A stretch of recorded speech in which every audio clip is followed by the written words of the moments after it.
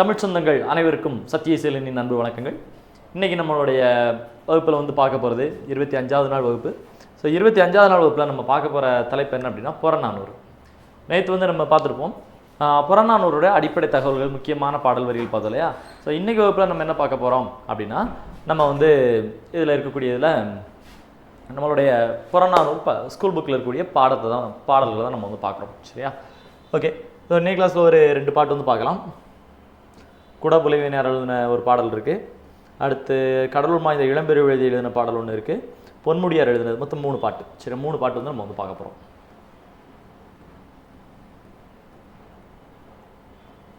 குடபுலவினார் எழுதின பாட்டு ஃபஸ்ட்டு பார்த்தீங்க அப்படின்னா,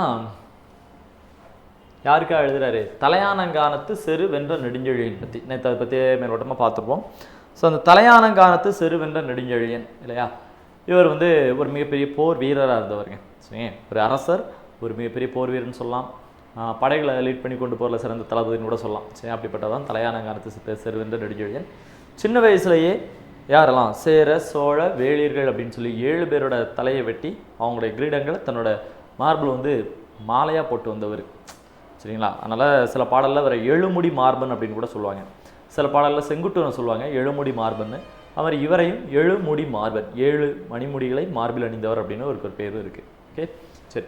இப்போ குடபுலவினர் இவருக்கு அறிவுரை சொல்கிற மாதிரி ஒரு பாடல்.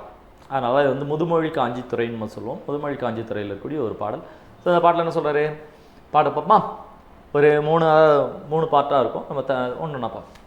வானுட்கும் வடிநீன் மதில் மல்லல் மூதூர் வயவேந்தே, செல்லும் உலகத்து செல்வம் வேண்டினும் ஞாலம் காவலர் தோல்வலி முறுக்கி ஒரு நீ ஆகல் வேண்டினும் சிறந்த நல்லிசை நிறுத்தல் வேண்டினும் மற்ற அதன் தகுதியை மிகுதியாழ. இதுவரை பார்த்துருக்கோம். ஓகே, படுப்போமா?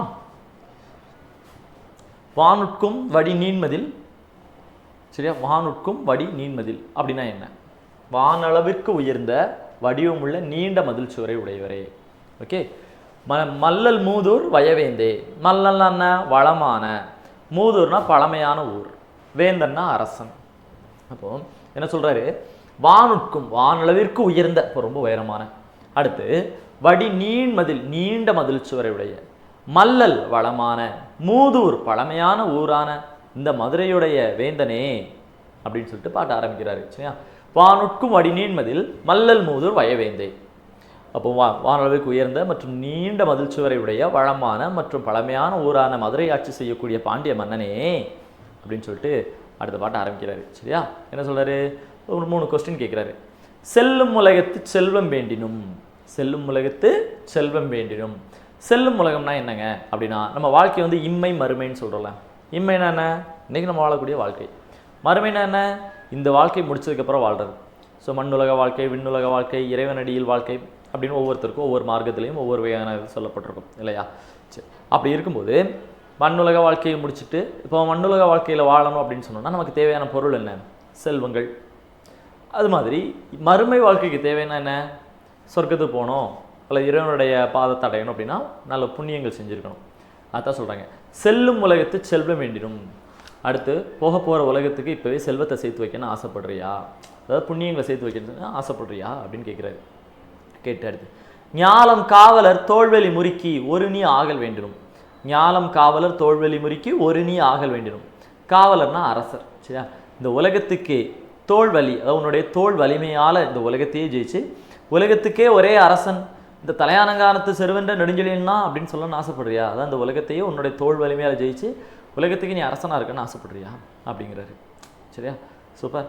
அப்புறங்க அடுத்து என்ன சொல்கிறாரு? சிறந்த நல்லிசை நிறுத்தல் வேண்டினும். நல் இசைன்னா நல் புகழ். சரியா? சிறந்த நல்லிசை நிறுத்தல் வேண்டும். நல் புகழ், இசைனா புகழ். சரியா? இங்கே இருக்கா?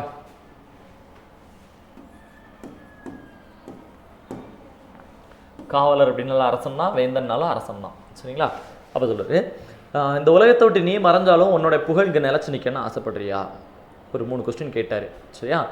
வானுட்கு வடிநீன் மதில் மல்லல் மூதூர் வயவேந்தே. வானளவுக்கு உயர்ந்த மற்றும் நீண்ட மதில் சுவரை உடைய மதுரையை ஆட்சி செய்யக்கூடிய மன்னனே, உங்கள்கிட்ட ஒரு 3 கொஸ்டின் கேட்குறேன். என்ன அப்படின்னா, செல்லும் உலகத்து செல்வ வேண்டினும். இந்த உலகத்தை விட்டுட்டு அடுத்த உலகத்துக்கு போகும்போது தேவையான புண்ணியங்களை சேர்த்து வைக்கணும்னு ஆசைப்படுறியா? ஞாலம் காவலர் தோல்வியில் மெருக்கி ஒரு நீ ஆகல் வேண்டிடும். உன்னோட தோல் வலிமையால் இந்த உலகத்தையே ஜெயிச்சு. ஞாலம் உலகம். இந்த உலகத்துக்கே அரசன் ஆகணும் அப்படின்னு சொல்லணும்னு ஆசைப்படுறியா? இல்லை. மூணாவது ஒன்று கேட்குறாரு, எனக்கு சிறந்த நல்லிசை நிறுத்தல் வேண்டிடும். உனக்கு அப்புறம் உன்னுடைய புகழ் இங்கே நிலச்சி நிற்கன்னு ஆசைப்படுறியா? இல்லையா? இதை கேட்டாரு சொல்லாரு, மற்ற அதன் தகுதிகள் இனி மிகுதியாள. இதுவாக இருந்தாலும் சரி, இனிமேல் எதாக இருந்தாலும் சரி, நான் சொல்கிறத கேளு அப்படிங்கிறாரு. சரியா? மற்ற அதன் தகுதிகள் மிகுதியாள. என்ன சொல்கிறான்னு பார்ப்போமா? நீரின்றி அமையா யாக்கைக்கு எல்லாம் உண்டி கொடுத்தோர் உயிர் கொடுத்தோரே. உண்டி முதற்றே உணவின் பிண்டம். சரிங்க? அதாவது நீரின்றி அமையா யாக்கைக்கு எல்லாம் உண்டி கொடுத்தோர் உயிர் கொடுத்தோரே. உண்டி முதற்றே உணவின் பிண்டம். சரிங்க? நீரின்றி அமையா யாக்கை. யாக்கைன்னு என்ன?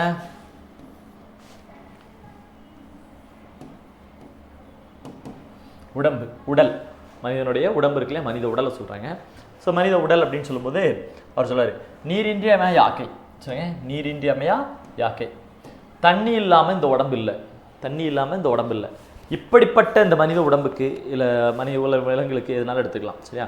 நீரின்றி அமையா யாக்கைக்கு, தண்ணி இல்லாமல் இந்த உடல் இல்லை. அப்படிப்பட்ட இந்த உடலுக்கு உண்டி கொடுத்தோர் உயிர் கொடுத்தோரே. யார் உணவு கொடுக்குறாங்களோ அவங்க தான் உயிர் கொடுத்ததுக்கு சமமானவங்க. உண்டி முதற்றே உணவின் பிண்டம். உண்டினா என்ன சொல்லியிருக்காங்க? உணவின் பிண்டம். அதாவது உண்டின்னு சொல்லக்கூடிய என்னன்னா உணவுகளுடைய இதெல்லாம் எல்லா வகையான உணவு தான் நம்ம உண்டின்னு சொல்கிறோம். சரி? உண்டி முதற்றே உணவின் பிண்டம். உணவெனப்படுவது நிலத்தோடு நீரே. நீரும் நிலனும் புணரியோர் ஈண்டு உடம்பும் உயிரும் படத்திசினோரே. உணவெனப்படுவது நிலத்தோடு நீரே. நீரும் நிலனும் புணரியோர் ஈண்டு உடம்பும் உயிரும் படைத்தீசினோரே. உணவெனப்படுவது நிலத்தோடு நீரே. உணவுனா என்ன? நிலமும் நீரும் சேர்ந்தா தான் உணவு. வெறும் நிலமோ வெறும் நீரோ இல்லை, நீரும் நிலமும் சேர்ந்தா தான் உணவு. அதுதான் உணவெனப்படுவது நிலத்தோடு நீரே. சூப்பராக சொல்லிட்டாரு. சொல்லிட்டு அடுத்து என்ன சொல்றாரு? நீரும் நிலனும் புணரியோர் ஈண்டு உடம்பும் உயிரும் படைத்தீசினோரே. புணரியோர்னா என்னது? கொடுத்தவங்க. சரிங்க? வழங்கியவர். நீரையும் நிலனையும், அதாவது நீர் வளத்தையும் நில வளத்தையும் யார் கொடுக்குறாங்களோ அவங்க தான் ஈண்டு. ஈண்டுன்னு என்னங்க? இங்கு உடம்பும் உயிரினும் படைத்தீசினோரே. யார் ஒருத்தருக்கு நீர் வளத்தையும் நில வளத்தையும் கொடுக்குறாங்களோ அவங்க தான் இங்கே உடம்பையும் உயிரையும் படைச்சவங்களுக்கு சமமாறாங்க. ஓகே, பாப்பா இதில் பாருங்க சொல்லியாச்சு. இதுவரைக்கும் சொல்லிட்டு அதுக்கடுத்து என்ன, உன்னோட ஆசைகள் எதுவாக இருந்தாலும் சரி நான் சொல்கிறத கேளு அப்படிங்கிறது. அப்போ சொல்லுவோம் பாருங்க, நீரின்றி அமையா யாக்கைக்கு எல்லாம் உண்டி கொடுத்தோர் உயிர் கொடுத்தோரே. இந்த நீர் இல்லாத இந்த உடம்பு இல்லை, அப்படிப்பட்ட இந்த உடம்புக்கு யாரெல்லாம் உணவு கொடுக்குறாங்களோ அவங்க உயிர் கொடுத்தவங்க ஆகிறாங்க. உண்டி முதற்றே உணவின் பிண்டம். உணவெனப்படுவது நிலத்தோடு நீரே. உணவெனப்படுவது நிலத்தோடு நீரே. உணவு அப்படின்னு சொல்றது நீரும் நிலமும் சேர்ந்தா தான். அதனால நிலமும் நீரும் புணரியோர் ஈண்டு. நிலமும் சரி, நீரும் நிலனும் புணரியோர், தண்ணியையும் நிலத்தையும் கொடுக்குறவங்க, நீர் வளத்தையும் நில வளத்தையும் பாதுகாக்கிறவங்க. ஈண்டுனா இங்கே உடம்பும் உயிரும் படைத்தீசினோரே. உடம்பையும் உயிரையும் படைத்தவங்களுக்கு சமமானவங்க. சரி, முடிச்சாச்சா? அப்படி சொல்றாங்க பாருங்க, வித்தி வானோக்கும் புன்புலம். வித்தி வான்போக்கும் புன்புலம் கண்ணகன் வைப்பிற்று ஆயினும். வித்தி வானோக்கும் புன்புலம் கண்ணகன் வைப்பிற்று ஆயினும் நன்னியாலும் இறைவன் தாட்கு உதவாதே. அதனால் அடுபோர் செழிய இகழாது வல்லே. ஓகே, இப்போ பாருங்க, வித்தி வானோக்கும் புன்புலம் கண்ணகன் வைப்பிற்று ஆயினும் நன்னியாலும் இறைவன் தாட்கு உதவாதே. அதனால் அடுபோர் செழிய இகழாது வல்லே. ஓகே பாப்பா, வித்தி வான் நோக்கும். வித்தின்னு என்ன? விதைத்த விதை. சரியா? வித்துன்னு சொல்லுவாங்க, விதை. அதான் வான் நோக்கும். புன்புலம். புன்புலம்னாங்க புன்சை நிலம். நஞ்சை புஞ்சை சொல்லுவாங்களாங்க, நன்சை புன்சை அப்படின்னு சொல்லிட்டு. சரி, நன்சை நிலம் புன்சை நிலம் என்ன? நஞ்சனா தண்ணி எப்பவுமே இருக்கிறது இல்லையா? நீர்ப்பாசன வசதியில் இரிகேஷன் இதெல்லாம் இருக்கக்கூடியது. சரியா? ஃபெசிலிட்டிஸ்லாம் இருக்கக்கூடியது தான் நம்ம என்ன சொல்கிறோம்? நஞ்சை. இல்லை தண்ணி எதுவுமே இல்லாததான் என்ன சொல்கிறோம்? புஞ்சைன்னு சொல்கிறோம். இப்போ புன்சை நிலத்தில் நம்ம விதைச்சோன்னா அந்த விதை மேலே பார்த்துக்கிட்டே இருக்கும். கீழே தான் தண்ணி இல்லை, மேலே பார்த்துட்டே இருக்குது. அதுதான் வானம் பார்த்த பூமின்னு சொல்லுவோம். எப்போ மழை பெய்யும் நாம் முளைக்கலாம் அப்படின்னு சொல்லிட்டு வானத்தையே பார்த்துட்டு இருக்குது விதைகள். அதுதான் வித்தி வான் நோக்கும் புன்புலம். விதைச்சோன்னா வானத்தையே பார்த்துட்டு இருக்கக்கூடிய இந்த புஞ்சை நிலம் இருக்கு இல்லையா? கண்ணகன் வைப்பிற்று ஆயினும். கண்ணு கெட்டின தூரம் வரைக்கும் இந்த உலகத்தில் இருந்தாலும், வைப்புனா என்ன? உலகம். கண்ணகன்னா கண்ணு கெட்டின தூரம் வரைக்கும், கண்ணு கெட்டின தூரம் வரைக்கும் இந்த உலகத்தில் இருந்தாலும் நன்னியாலும் இறைவன் தாட்கு உதவாதே. இறைவன்னா யாரு? இறைவன்னா இங்கே சொல்றது வேந்தன், அரசர் தான்.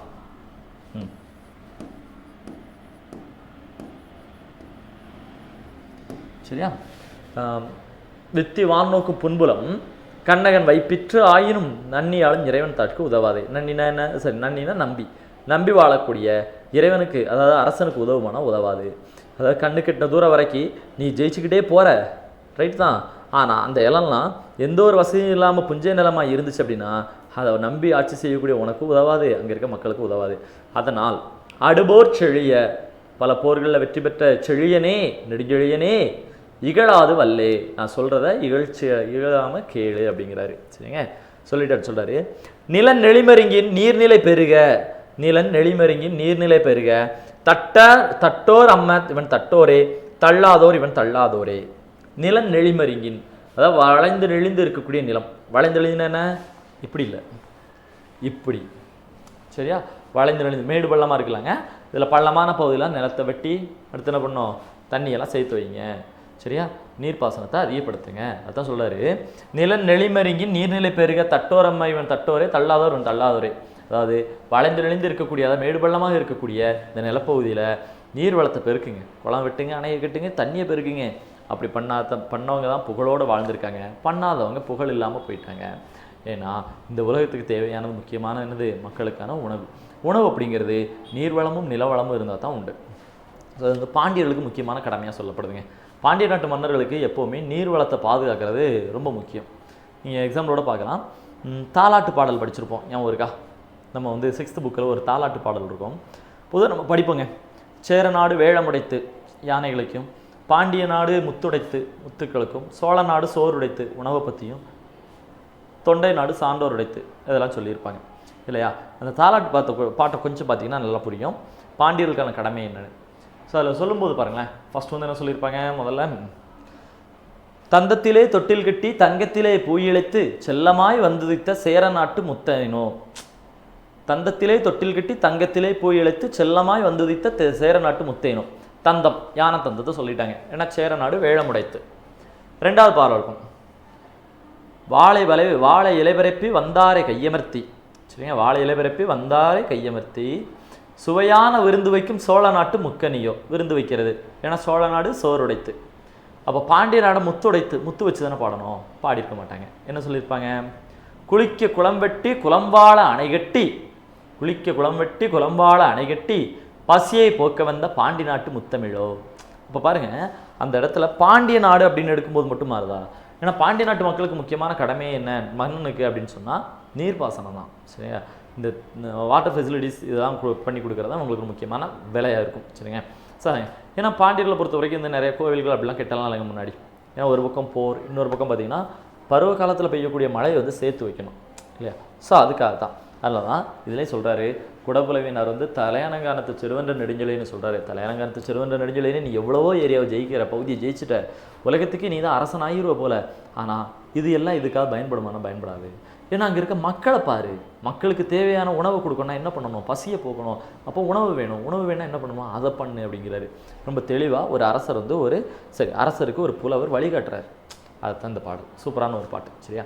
ஓகே, முதல்ல பார்த்தீங்களா, ஃபஸ்ட்டு அந்த மதுரையை பற்றி ஆரம்பிச்சிச்சாரா? வானுட்கும் வடிநீன் மதில் மல்லல் மூதூர் வயவேந்தே ஆரம்பிச்சாரு. சூப்பர். நெக்ஸ்ட் கொஸ்டின் கேட்குறாரு பார்த்தீங்களா? அதில் கேட்குறாரு இல்லையா, செல்லும் உலகத்து செல்வம் வேண்டினும், ஞாலம் காவலர் தோல்வெளி முறுக்கி ஒரு நீ ஆகல் வேண்டினும், சிறந்த நல்லிசை நிறுத்தல் வேண்டினும். 3 கொஸ்டின்.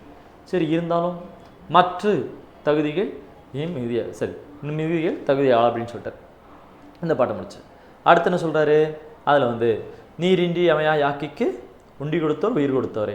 அடுத்து உண்டி எனப்படுவது உணவின் பிண்டம். அடுத்து சொல்ல உணவு எனப்படுவது நிலத்தோடு நீரே. அப்போ உணவுனா உணவு கொடுக்கணுங்கிறதுக்காக நீ காசு பணத்தை கொடுத்தா வராது. என்ன வேணும்? உணவு எனப்படுவது நிலத்தோடு நீரே, நீர் வளத்தை நில வளத்தை பெருக்கணும் அப்படின்னு சொல்லிட்டாரு. சரியா? ஓகே, அதெல்லாம் சொல்லியிருப்பேன் இல்லையா? நீர் நிலனும் புணரியோர் ஈண்டு உடம்பும் உயிரும் படைத்திசினோரே. அப்போ நீர்வளத்தை நில வளத்தை பார்க்கக்கூடிய மன்னன் தான் இங்கே உடம்பையும் உயிரை படைத்த இறைவனுக்கு சமமானவராக இருக்கிறாரு. அவ்வளவு சொல்லிட்டு அதுக்கப்புறம் தான் திரும்ப சொல்லியிருப்பார் இல்லையா, வித்தி வானோக்கும் புன்புலம் கண்ணகன் வைப்பிற்றாயினும் நன்னியாலும் இறைவன் தாட்கு உதவாதே சொல்லியாச்சு. அடுத்து நில நெளிமருங்கின் சொல்லியிருப்பார் இல்லையா? எஸ். ஓகே, அதனால் அடுபோர் செடி இகழாதலை நில நெளிமருங்கின் நீர்நிலை பெருக, வளர்ந்து நிலைந்திருக்கக்கூடிய மேடு பள்ளமாக இருக்கக்கூடிய இடத்துல குளம் வெட்டி அணையெல்லாம் கட்டி தண்ணியை பெருக்கணும். இதுதான் புகழடைக்கு வழி அப்படின்னு அழகாக சொல்லியிருப்பார். போர் இல்லை, மக்களை பாதுகாக்கிறதா ஒரு மன்னனுடைய நல்ல ஆட்சி முறைன்னு. குடபுலவினார் யாருக்கு அட்வைஸ் பண்ணுறாரு அப்படின்னு பார்த்தீங்கன்னா தலையான காலத்து செருவென்ற நெடுஞ்செழியனுக்கு. சரியா? ஓகே, பார்த்துச்சா? அடுத்த பாட்டை பார்ப்பாங்க. இன்னும் 2-3 பாட்டு அது கொஞ்சம் ஸ்பீடாக முடியும். இந்த பாட்டு ரொம்ப முக்கியமானது. நம்ம இப்போ பார்த்தோம்ல, இந்த பாட்டு ரொம்ப முக்கியம். எல்லா வரையுமே கேட்ட வரீங்க இந்த பாட்டில், எல்லா லைனும் கேட்டிருக்காங்க. சரி, இப்போ பார்ப்போமா? கடலுள் மாய்ந்த இளம்பெருவழுதி. இந்த பாட்டு வந்து பொருள்மொழி காஞ்சித்துறை, ஒரு அழகான பாட்டு. கடலுள் மாய்ந்த இளம்பெருவழுதி. இளம்பெரும் வழுதினாலே பேர்ல பாருங்க, வழுதினா பாண்டிய மன்னர். இளம்பெருவழுதின்னு என்ன? இளம் வயசுல ஆட்சிக்கு வந்தவர், ஆனால் ஒரு நல்ல சிறந்த மன்னர். அதான் பெரும் வழுதின்னு சொல்கிறாங்க, இளம் பெரும் வழுதி. கடலுள் மாய்ந்த அப்படிங்கிறனால இவர் வந்து இதை கடல் போரில் இறந்துருக்கலாம் அப்படின்னு சொல்லப்படுது. கடலில் நடந்த சண்டையில் போரில் இறந்துருக்கலாம். அதான் கடலுள் மாய்ந்த இளம்பெருவழுதி.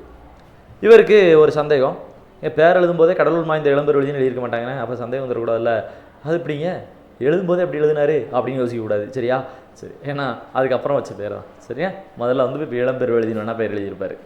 ஓகே, இப்போ அவர் வந்து என்ன பண்ணுறாரு, ஒரு நாள் உட்காந்துருக்கும்போது ஒரு பெரிய சந்தேகம். என்ன சந்தேகம்னா, உலகத்தில் உருவான எல்லாமே அழிஞ்சு போகுதுங்க.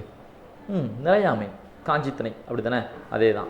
இப்போ என்ன சொல்கிறாரு, உலகத்தில் உருவான எல்லாமே அழிஞ்சு போதா? ஆமாம்.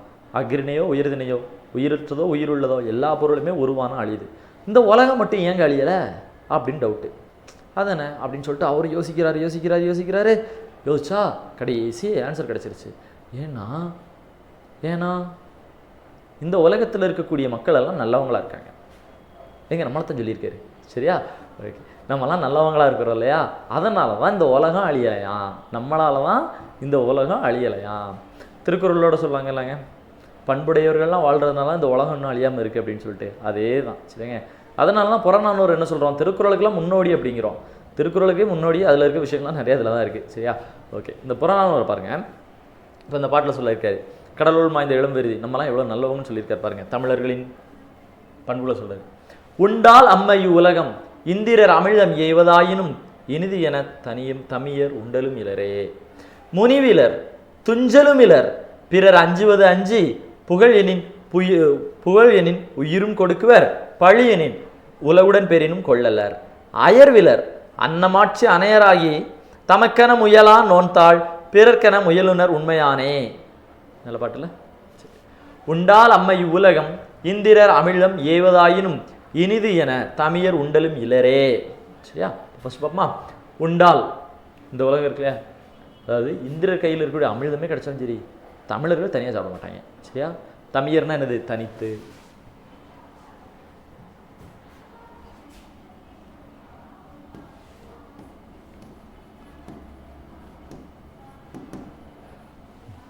அதாவது மரணமே இல்லாத உயிரை காப்பாற்றக்கூடிய அமிழ்தமே கிடைச்சாலும் சரி தான் இனிமையாக இருக்குன்னு சொல்லிட்டு யாரும் சாப்பிட மாட்டாங்க. தமிழர்கள் தனியாக சாப்பிட மாட்டாங்க, கொடுத்து தான் சாப்பிடுவாங்க. சரிங்க? அதுதான் உண்டால் அம்மை இவ்வுலகம் இந்திரர் அமிழ்தம் ஏவதாயினும் தமியர் உண்டலும் இல்லரே. இந்த உலகத்தில் இருக்கக்கூடிய இந்த அமிழ்தமே கிடைச்சாலும் சரி அதை தனியாக வந்து சாப்பிட மாட்டாங்க. சரிங்களா? அப்போ ஷேர் பண்ணி தான் சாப்பிடுவாங்க. ஓகே, ஷேர் பண்ணி சாப்பிட்றதுனா நான் என் குடும்பம் அப்படின்னு கிடையாது, அதுவும் சுயநலம் தான். மற்றவங்க நம்மளோட இந்த சர்க்கிளை விட்டு வெளியில் போயிடணும். நான், எனது ஃப்ரெண்ட்ஸ், அடுத்து என்னுடைய உறவினர்கள், என் குடும்பம், இதெல்லாம் தாண்டி அடுத்த சர்க்கிளுக்கு. சரிங்க? ஓகே, இப்போ பாருங்கள், முனிவிலர்னா என்ன? கோவப்பட மாட்டாங்க. சரிங்க? யார் மேலேயும் கோவப்பட மாட்டாங்க, யாரையும் வெறுக்க மாட்டாங்க. சரியா? அப்படிப்பட்ட நல்லவங்க யார் அப்படின்னு பார்த்தா இந்த தமிழர்கள். நம்ம தான். சரியா? அப்போது இந்த இங்கே இருக்கக்கூடிய இதை சொல்கிறோம், அமிழ்தமே கிடைச்சாலும் சரி நம்ம தனியாக சாப்பிட மாட்டாங்க நம்மளுடைய தமிழர்கள். முனிவிலர் யார் மேலேயும் கோவப்பட மாட்டாங்க, வெறுப்பு காட்ட மாட்டாங்க. சரியா? யார் மேலேயும் கோபத்தை காட்டி வெறுப்பு காட்டுறது இங்கே இல்லை. சரியா? அடுத்து பாருங்க, துஞ்சலும் இலர் அப்படின்னா என்னது? இப்போ வந்து ஒரு இதில் வந்து எந்த வேலையும் செய்யாமல் உட்கார மாட்டாங்க. சரிங்க? அந்த மாதிரி. அடுத்து பிறர் அஞ்சுவது அஞ்சு புகழ் எனின் உயிரும் கொடுக்க. பிறர் அஞ்சுவது அஞ்சு. தமிழர்கள் எதுக்கு பயப்படுவாங்க? உயிரை கொடுக்க கூட பயப்பட மாட்டாங்க. சரிங்க? போருக்கு போகும்போது நாட்டுக்காக நவகண்டமே கொடுப்பாங்க. அது படிச்சிருப்பீங்களே, நவகண்டம்னு சொல்லுவாங்க. போருக்கு போகும்போது நம்ம நாடு ஜெயிக்கணுங்கிறக்காக இவங்களோட தலையை இவங்களே இப்படி அறுத்து போட்டு போயிடுவாங்க. சரி, தமிழர்கள்லாம் போரில் போனால் என் நாடு ஜெயிக்கணுங்க, அதுக்கு என் உயிரை நானே பலி கொடுக்குறேன் அப்படின்னு பண்ணுறவங்க தமிழர்கள். உயிரை கொடுக்க கூட பயப்பட மாட்டாங்க. எதுக்கு பயப்படுறாங்க?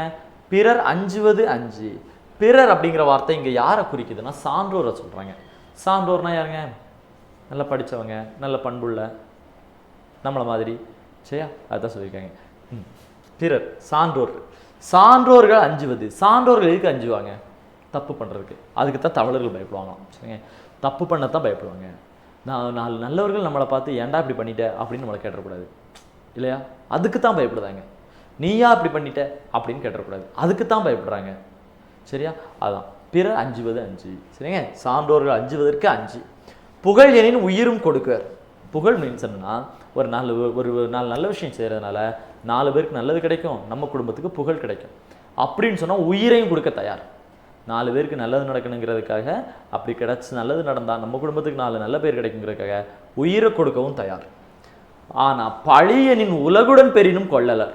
பழியனின் ஒரு தப்பான விஷயம் நம்ம குடும்பத்துக்கு நம்மளுக்கு வந்து ஒரு பழி கிடைக்குது அப்படின்னு சொன்னால் உலகமே அதை பண்ணாலும் தமிழர்கள் செய்ய மாட்டாங்க.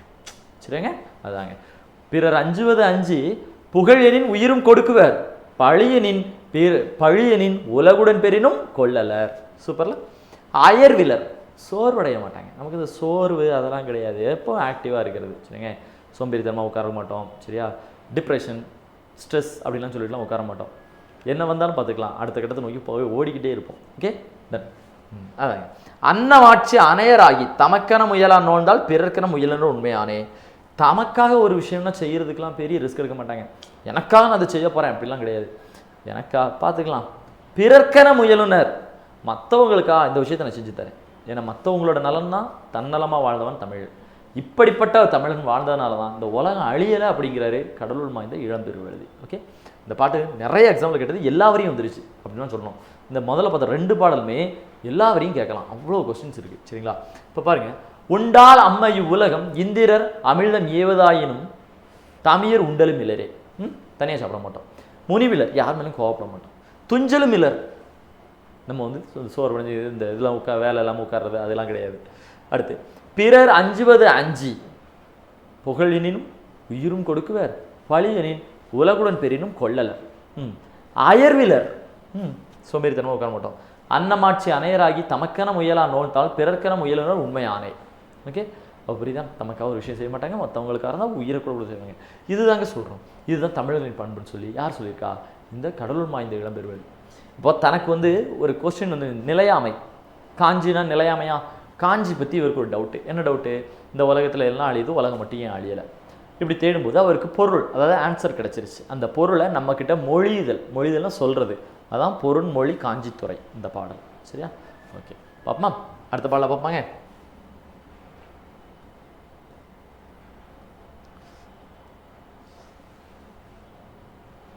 சூப்பருங்க. இந்த பாடல் நல்ல ஒரு பாடல், பொன்முடியாரோட பாடலுங்க. இந்த பாடலாம் நிறைய தடவை கேட்டக்கூடாது. இன்றைக்கி நீங்கள் பார்க்கக்கூடிய இந்த 3 பாட்டுமே சூப்பராக அமைஞ்சிருக்கு இல்லையா? 3மே பார்த்தீங்க அப்படின்னா நம்ம ப்ரீவியஸ் எக்ஸாம் நிறைய தடவை கேட்ட கொஸ்டின்ஸ் தான். சரி, ப்ரீவியஸில். ஓகே, ஃபஸ்ட்டு ஈண்டு புறந்தறுதல் என் தலை கடனே, சான்றோர் நாக்குதல் தந்தைக்கு கடனே, வேல்வடித்து கொடுத்தல் கொல்லருக்கு கடனே, நன்னடை நல்கள் வேந்தற்கு கடனே, ஒளிர்வாள் அருஞ்சமம் முறுக்கி களிரெறிந்து பெய்த காளைக்கு கடனே. சூப்பர்ல. ஒரு தாய் வந்து தன்னோட இடத்துல இருந்து பாடக்கூடிய ஒரு பாடல். சரியா? ஒரு தாய் பாடக்கூடிய ஒரு பாடல். அந்த இடத்துல இருந்து பொன்முடியாருடைய இதில் வந்து ஒரு தாய் பாட மாதிரி வச்சுக்கோங்க. ஈன்று புறந்தறுதல் என் தலை கடனே. ஒரு குழந்தைய ஒரு ஆண் மகனோ அல்லது பெண் மகவோ பெற்று தரக்கூடியது என் கடன். ஈன்று புறந்தறுதல், நான் ஈன்றெடுத்து வெளியில் கொடுக்க வேண்டிய என் தலையாய கடல், என்னுடைய முதல் கடன் செஞ்சுட்டேன். சான்றோர் நாக்குதல் தந்தைக்கு கடனே. 4 விஷயத்தை சொல்லி கொடுத்து தான் சான்றோர் ஆக்க வேண்டியது யாரு? தந்தைக்கு கடன். ஒரு பையனை அல்லது பொண்ணை என்ன பண்ணுவாங்க? பெற்று இந்த உலகத்துக்கு கொடுத்துட்டேன், வெளியில் கொண்டு வந்துட்டேன் இந்த உலகத்துக்கு, அது என்னுடைய தலையாய கடமை, செஞ்சுட்டேன் இல்லையா? சான்றோர் நாக்குதல் தந்தைக்கு கடனே. அப்போ தந்தைக்கு என்ன கடன்? சான்றோர் நாக்குதல். 4 உலக விஷயத்தை சொல்லிக் கொடுங்க. 4 இடத்துக்கு போயிட்டு வரீங்களே, 4 உலக விஷயத்தை சொல்லிக் கொடுங்க இல்லையா? நம்ம பார்க்குறோம், பெண்களை வந்து முன்னாடியே ஒரு பாட்டில் படிச்சிருப்பாங்க, ஞாபகம் இருக்காங்க? எது? வாழ்நுதல் மகளிருக்கு ஆடவர் உயிரே. சரியா? சரி, வாழ்நுதல் மனையுரை மகளிருக்கு ஆடவர் உயிரே. அதாவது வீட்டில் இருக்கக்கூடிய பெண்களுக்கு ஆடவர்கள் தான் உயிர். நான் வீட்டில் இருந்து குடும்பத்தை பார்த்துக்கிறேன், ஓகே தான். சான்றோர் நாக்கு தந்தைக்கு கடனே. இன்னைக்கு எல்லாருமே வெளியில் போகிறோம், எல்லாம் ஓகே. அன்னைக்கு வந்து அந்த அம்மா பாடுறாங்க, சான்றோர் நாக்கு தந்தைக்கு கடனே. அப்போ உங்களோட இந்த பையனை சான்றோன் ஆக்குறதுக்கு 4 நல்ல விஷயத்த சொல்லி கொடுக்கறது தந்தைக்கு கடமை. அடுத்து பாருங்க, வேல்வடித்து கொடுத்தல் கொல்லருக்கு கடன். வேல்வடித்து கொடுத்தல் கொல்லருக்கு கடன். போருக்கு போகக்கூடிய ஒரு வீரனா என் பையனை வளர்த்துருவேன், ஆனால் வேல் வடித்து கொடுக்க வேண்டியது யாரு? கொல்லனுக்கு கடன். நன்னடை நல்கள் வேந்தற்கு கடனே. அரசருக்கு வச்சாச்சு, நன்னடைகள் சரி, நன்னடை நல்கல் வேந்தற்கு கடமை. ஒரு வேந்தனுக்கு கடமை என்ன? ஊரில் இருக்கக்கூடிய பசங்க எல்லாத்துக்கும் நல்ல விஷயத்தை சொல்லி கொடுக்குறது. நன்னடை நல்கல் வேந்தற்கு கடனை, நன்னடை நல்கல் வேந்தற்கு கடனை. சரிங்க, அப்போ என்ன சொல்கிறாங்க? இது வரைக்கும் நல்ல விஷயங்களை நல்லபடியாக கற்க வைக்கிறது வேந்தற்கு கடன். அப்போ அரசராக வந்து சொல்லிக் கொடுப்பாருன்னா அப்படி இல்லை, அரசர் தான் குருகுலத்தை இது பண்ணணும். பொதுவாக ஒரு அரசருடைய டியூட்டிஸ் அண்ட் ரெஸ்பான்சிபிலிட்டிஸ் படிச்சிருப்போம்லங்க, கடமைகள் இதெல்லாம் பற்றி படிக்கிறோம்ல. ஸோ அந்த பொறுப்புகள்லாம் படிக்கும்போது பாருங்களேன், அதில் என்ன இருக்குன்னா, ஃபஸ்ட்டாக என்னது? Encourage the education. ஃபஸ்ட்டு எஜுகேஷனை ப்ரொமோட் பண்ணணும் இல்லையா? ஒரு கல்வி அப்படிங்கிறத சொல்லணும். அதுக்காக என்ன பண்ணணும்? குருகுலத்தை வைக்கணும். அங்கே இருக்கக்கூடிய குருக்களுக்கு வில்லேஜஸ்லாம் டொனேட் பண்ணணும், தானங்களாக கொடுக்கணும். அப்போ தான் அந்த கல்வி நிலையம் வந்து எப்போவுமே கண்டினியூவாக ரன் ஆகிக்கிட்டு இருக்கும். அங்கே இருக்கக்கூடிய குழந்தைகளை அறிவுசார் மனிதர்களாக சான்றோர்களாக மாற்ற முடியும். இதுதான் ஒரு அரசனுக்கு கடன். நன்னடை நல்கல் வேந்தற்கு கடனை. சரியா? அப்போ ஒரு ஆட்சியாளருடைய ஒரு கடன், ஒரு கடமை, ஒரு அரசருடைய கடமை, ஒரு நாட்டின் தலைவரோட கடமை என்னன்னா படிக்க வைக்கிறது. சரிங்க, அதான் சொல்லியிருக்காரு, நன்னடை நல்கல் வேந்தற்கு கடனை. சூப்பருங்க. ஒளிர்வாள் அருஞ்சமம் முறுக்கி களிரி எறிந்து பெயர்தல் காளைக்கு கடனை. எல்லாத்துக்கும் சொல்லிட்டேன். என் பையனை பெற்றெடுத்து தர்றது என் கடமை. அந்த பையனை சான்றோனாக்க வேண்டியது தந்தைக்கு கடன். அவனுக்கு கையில் ஒரு நல்ல வேலை கொடுக்க வேண்டியது கொல்லனுக்கு கடன். 4 விஷயத்தை சொல்லிக் கொடுக்க வேண்டியது அரசனுக்கு கடன். எல்லாருக்கும் கடமை தான். ஆனால் அவனுக்கு ஒரு கடமை இருக்குல்ல, என்னது? ஒளிர்வாள் அருஞ்சமம் முறுக்கி. ஒளிர்வாள், அது ஒளிரக்கூடிய வாழை கையில் எடுத்து, அருஞ்சமம், சமம்னா என்னங்க? போர்லாம் இருக்கு இல்லையா, சமர், அதுதான் சொல்லிருக்காங்க. போருக்கு போய் ஒளிர்வாள் அருஞ்சமம் முறுக்கி போருக்கு போ, சண்டை போடு. களிறு எரிந்து பெயர்தல் காளைக்கு கடனை. களிறுனானது யானை இல்லையா?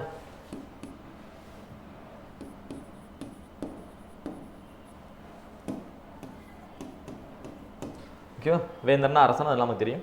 களிறு எரிந்து பெயர்தல் காளைக்கு கடனை. களிறுனானது யானை. போர்க்களத்தில் போய் நம்மளோட உருவத்திலேயே பெருசாக இருக்கக்கூடியது. ஏன்னா போருக்கு போகும்போது சும்மா சொல்லலாம், ஒரு போர் வீரோட சண்டை போடுதுன்னு சொல்லியிருக்கலாம். ஆனால் போருக்கு போனால் நமக்கு நம்ம முன்னாடி நிற்கிற ஒரு பெரிய உருவம், நம்மளுடைய வலிமையான ஒரு உருவம், பல மடங்கு வலிமையான உருவம் எது? யானை. அப்படிப்பட்ட யானை கூடயே போர் புரிந்து களிறு எரிந்து பெயர்தல், அதானது அந்த யானையை கொன்று கீழே தள்ளுறது. அது வந்து இவ்வளோ பெரிய யானையே வந்தாலும் சரி, முன்னாடி நின்று சண்டை போட்டு தூக்கி அடிக்கிறதா என்னது? காளை ஒரு இளைஞனுக்கு கடமை அப்படின்னு சொல்கிறாங்க. சரிங்க, ஒரு காளைன்னா என்னது? இளமை பருவம். இப்போ ஒரு இளைஞனோட கடமை என்னன்னா, போருக்கு போகணும். அங்கே யானைகளே எதிரே வந்தாலும் என்ன பண்ணணுமா? முன்னாடி நின்று ஜெயிச்சுட்டு வரணும். சரி, நம்ம படி போகலாங்க. ஆனை 1000 அமரிடே வென்ற மாணவனுக்கு பாடுவது பரணின்னு படிக்கிறோம் இல்லையா, அந்த மாதிரி தாங்க. சரியா? அப்போ இந்த பாடலில் பாருங்கள், எவ்வளோ பெரிய விஷயங்களை ரொம்ப சிம்பிளாக சொல்லி முடிச்சிட்டாங்க இல்லையா? ரொம்ப பெரிய விஷயங்கள் இதில் சொன்னது எல்லாமே, ஆனால் சிம்பிளாக முடிச்சு விட்டு போயிட்டாங்க. சரியா? சூப்பராக பாட்டுங்க.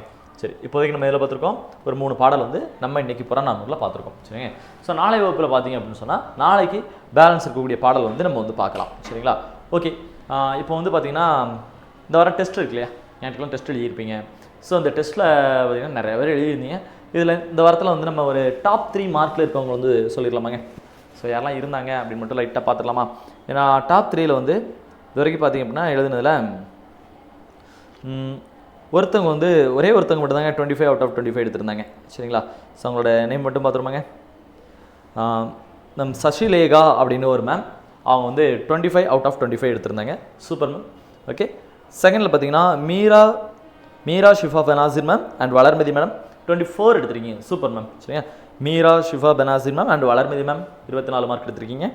நெக்ஸ்ட் வந்து 23ல் பார்த்தீங்கன்னா ஒரு 5 பேர், கௌசல்யா மேம், ஷர்மிளா மேம், கவிதா தங்க மேம், தென் தரணி மேடம், காளீஸ்வர் மேடம் 23.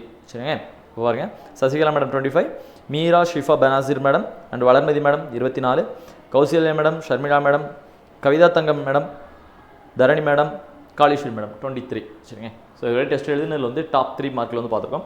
ஸோ இதில் என்ன அப்படின்னா மற்ற எல்லாருமே சூப்பராக எழுதிருந்தீங்க. நிறைய பேர் 20 ஒரு 18 22 வரைக்கும் நிறைய பேர் எழுதியிருக்கீங்க. சூப்பர்.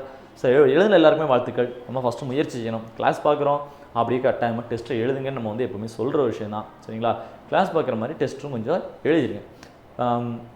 ஓகே, இப்போ வந்து நம்ம பார்த்தோம் மட்டும் இல்லை, எல்லாருக்குமே வாழ்த்துக்கள். ஏன்னா ஃபஸ்ட்டு முயற்சி தான். மற்றவங்களுக்குலாம் என்ன படிக்கலையா அப்படின்லாம் கிடையாதுங்க. சின்ன கேர்லெஸ் மிஸ்டேக், நிச்சயமாக கேர்லெஸ் மிஸ்டேக் வந்திருக்காங்க கொஸ்டினில். சரிங்க. ஸோ சில விஷயங்கள் வந்து கேர்லெஸ் மிஸ்டேக் விடுற மாதிரி கொஸ்டின் வச்சுருப்போம். ரொம்ப பேசிக்காக வைக்கிறதுனா சின்ன கொஸ்டின்லாம் பார்க்கும்போது தான் நமக்கு மிஸ்டேக் நிறையா வரும். சரிங்களா? ஸோ அதனால் டெஸ்ட் வந்து கொஞ்சம் எழுதுங்க. வாரத்துக்கு 25 கொஸ்டின் நீங்கள் ப்ராக்டிஸ் பண்ணுறீங்க. சரிங்க. ஸோ அது பாருங்கள், நம்ம பார்க்குற கிளாஸஸ்லேருந்து 25 கொஸ்டின்ஸ் வந்து நீங்கள் ப்ராக்டிஸ் பண்ணுறீங்க. அதனால் கண்டினியூவாக கிளாஸையும் கவனிங்க, டெஸ்ட்